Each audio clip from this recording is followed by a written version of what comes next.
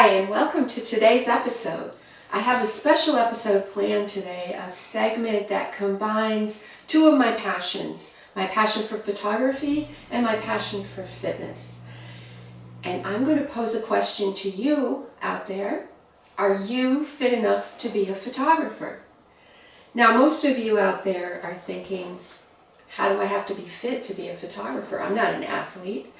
But if you think about it, you spend hours a day trying to get that amazing shot, whether you're a portrait photographer, a wedding photographer, a landscape or nature photographer. We're standing for hours, we're squatting, we're down on our knees, kneeling, or we're sitting, and we're either behind a tripod or we're holding a camera that can weigh as much as 50 pounds out in front of us or down to our sides, or trying to get that shot, that great shot. So that takes a lot of strength and balance and coordination and flexibility to be able to do all those things, do them correctly, and protect ourselves from getting injured. Okay, now that we've discussed why we need to be fit, I'm going to go through some of the movements that are important for you to focus on when you're working with your backpack or anything. I'm going to do these demonstrations with what we call a kettlebell, partly because it's going to be easier for you to see what I'm doing rather than me holding a backpack in front of me. And then when I bring on our special guest, he'll actually be doing it with a backpack, so you can see that as well. All of the movements that we do, whatever it is, during the day, we want to do with a solid core. What I mean by core are the muscles all the way around your midline. So we're talking about the muscles down the back, the muscles down the side, then the muscles down the front. When I do that, then when I move, like for example, I'm going to hinge at the hips, bend down, bend at the knees, and pick up the kettlebell. All the movement was done with my spine protected, my hips flexed, and my quads and hamstrings and glutes were what was doing the picking up part. So now that I've shown you what the correct way is, let me show you what the wrong way is so you get a sense of why we're doing what we're doing. If I go with a rounded back and rounded shoulders and I come down to pick something up, I can actually feel that in my back. You can see how rounded my spine is. If I correct that, I'm no longer feeling the tension in my back. Now I'm feeling the tension in my legs and my hips and my butt, essentially, which is where the action is to pick that weight up, whatever it is. So now let me demonstrate. First move, a deadlift. This particular one is called a sumo deadlift because your feet are a little wider apart than they are for a normal deadlift, but you're picking up one thing that's in between your legs. Again, flat back, hips hinge back. You're going to come down, grab a hold of whatever it is, pretend it's your backpack, push through your heels, and stand up straight. And it's that simple. You know, you don't have to move your elbows or your shoulders or anything else. When you go down to put something down, it's just the reverse. So you're going to hinge at the hips, bend at the knees a little bit, come down, and let go. Here's what it looks like from the side.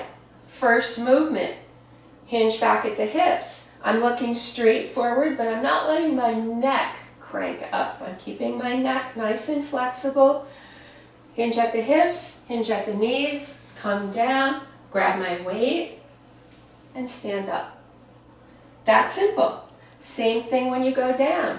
You're going to hinge at the hips, hinge at the knees, come down, let go. Body weight squat first without anything in your hands. A lot of you have probably tried to do this before. What I hear a lot of clients tell me is, I can't squat, it hurts my knees.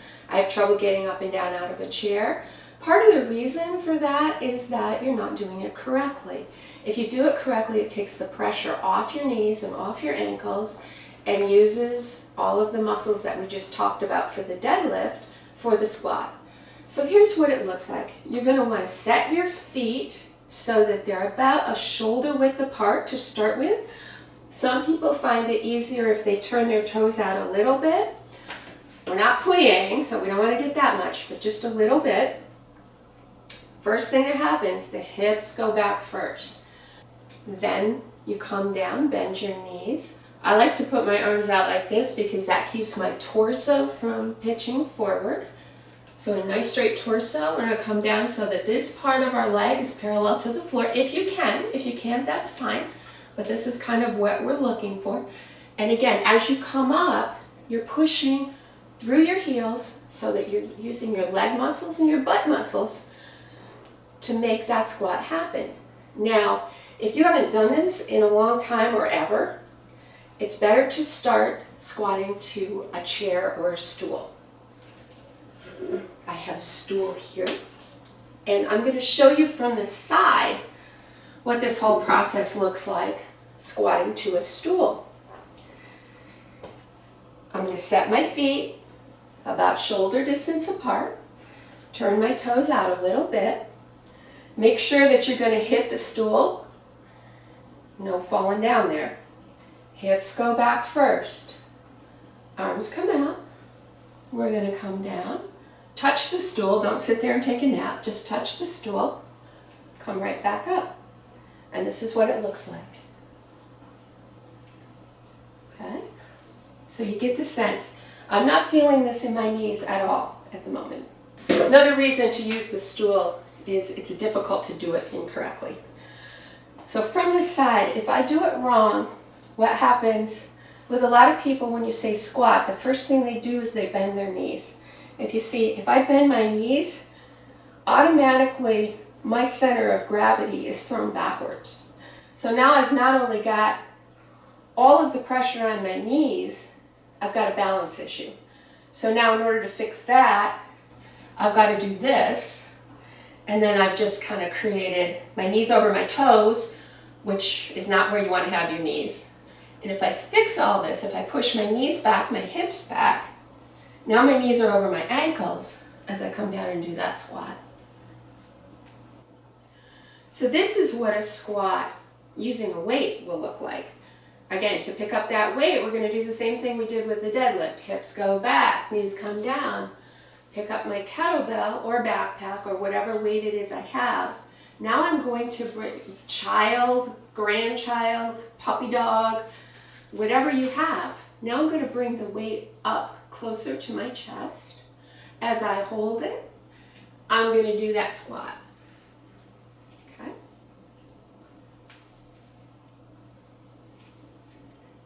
Now I'll show you from the side.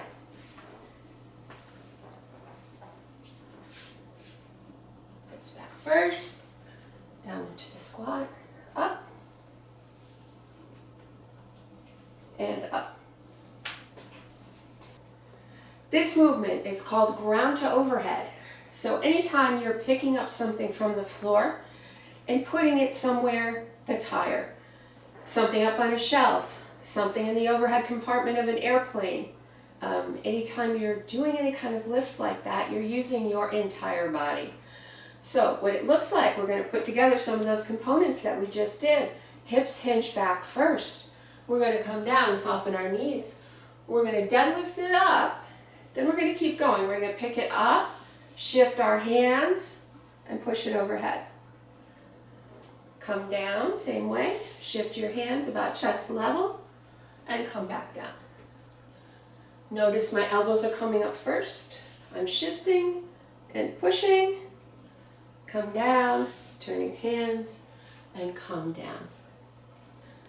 Now from the side, turn my kettlebell sideways. Okay, here we go. Hips back first, deadlift it up, elbows come up to my chest, shift my hands, push up. Notice that my back is remaining flat the whole time, and that all my lifting is coming from my legs and hips. Now that you've seen all of the movements that you can do at home and what you can do them with, I'm going to bring on my special guest and we're going to do a workout right here on camera for you. And here's my friend and husband. Hey everybody. And partner, Joe Brady. You all know him, I'm sure. So Joe is going to go through a workout where we're going to do 10 sumo deadlifts, 10 ground to overhead, and 10 weighted squats using his camera backpack. And as you can see what he has in his camera backpack, he has some canned goods, some pumpkin pie mix. Might use that later. And in the front, a cookbook. So you can see all the different things you can put in to get the weight that you want. Something that will simulate what you're used to carrying. This workout is going to be about 10 minutes long, depending on how quickly you do each of the movements, but do it with us. And I will be coaching him about keeping his core tight and his back flat throughout all of the movements. So, Joe, are you ready to start? I'm ready. All right, I'm going to give him a 3, 2, 1, go, and we're going to start with the sumo deadlift. 3. Wait. Where's the timer? What timer? The timer. I want to see how long this thing really takes. Okay, so Joe is going to do the workout with his backpack, with everything in it that you just saw, and I'm going to do the workout next to him with the kettlebell so that you can see any of the movements without the bag in front in case you get lost. So here we go. Okay, stopwatch. First movement, sumo deadlift. Go. Remember, hips hinge back first. We're going to do 10 of these.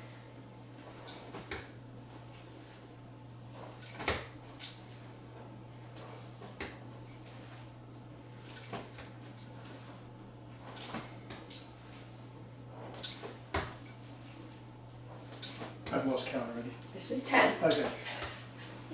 It helps if you have somebody count for you. Next, we're going to go right into that ground to overhead. So coming down to the ground again. Come up, elbows up, turn around and go over. Come back down the same way. That was 1. Here we go for 2. And 3. And 4. And 5. And 6. And 7. 8. 9. And 10. Okay. We're going to come up into that weighted squat. Joe, I'm going to have you put the backpack on backwards. Okay. There you go. While you do that, you can put your arms around it, whatever you want to do. I'm holding my kettlebell here, and here we go for 10. 9. And if you notice, Joe isn't going as deep as I am, and the reason being, he has a bad knee. Actually, 2 bad knees. So, if you have a bad knee, don't go so low. 8, 9, and 10. Okay, 1 round done. So we're going to put our work down. Remember to take a break for water anytime you need, but we're going to go right on into that deadlift again. And here we go. 10, 9,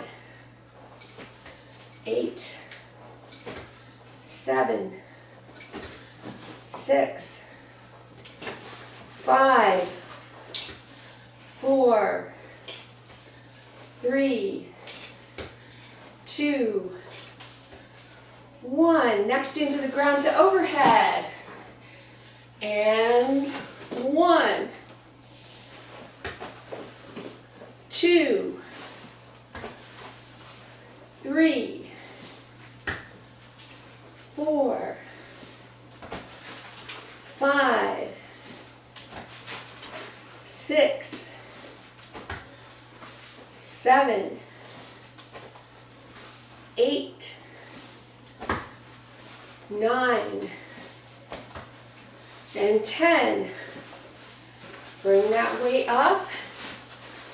Put your backpack on. Arms around it. Here we go into that squat. 10, 9, 8, 7, 6, 5, 4, 3, 2, and 1. Okay, weights back down to the ground. Shake everything out. Yeah, comment, even this, So you can see, at this point, you're going to feel it. You're gonna especially feel it. You're using big muscles, so. a little winded. If you have to watch your heart rate, if you've got a monitor, keep track of that. How many minutes are we, Joe? I don't know, I don't have my glasses on. We're going into 5 minutes here. Yeah. Here we go. Next round. We've done 2. We want to go for 2 more. So here we go. Deadlift. 10, 9, 8, 7, 6, 5, 4, 3, 2, 1. We're going to shift right into that ground to overhead. 10, 9, 8, 7, 6, 5, 4, 3, 2, and 1. Okay. Put your backpack on or hold that weight to your chest. Squat position. Here we go. 10, 9, 8, 7, 6, 5, 4, 3, 2, and 1. Okay, bring that weight down. Shake everything out. Yeah. Give a drink. Yeah. You might find that 2 rounds is plenty to start. Okay, we just did 3. You just did 3, so. Stop when you need to. These are conveniently divided up, so even though we're going to do 4 rounds, if after 2 you're sweating in a pile on the floor, that's where you need to stop. Next time, do 3, and then gradually work up to 4, or even longer. So those of you out there that are hikers or really more fit, you can go longer. Here we go. Round 4. Deadlifts. 10, 9, 8, 7, 6, 5, 4, 3, 2, 1. Okay, right into that ground to overhead. Here we go. 10, 9, 8, 7, 6, 5, 4, 3, 2, and 1. Bring that down. Put your backpack on. Bring your weight up to your chest. Last set of squats. Here we go. And 10, 9, 8, 7, 6, 5, 4, 3, 2, and 1. Okay. Put your weights down. Time. You tell me. 9 minutes. All right. Okay. I'm sweating. I am too a little bit. So that's how we start on our road to fitness. It's not a one-time thing. It's not a 21 days and I'm going to be good and I don't ever have to do it again. Staying fit like this for something that is our livelihood or our passion is something you need to do every day, or at least every other day. I'm going to be doing this several times, putting new videos up on my YouTube every 2 or 3 days. So you'll have a lot of different workouts to choose from. Not all of them will be photography centered, but a lot of them will be. So happy photography and hope to see you soon. Thanks for watching, and I'll let you know when she posts something new.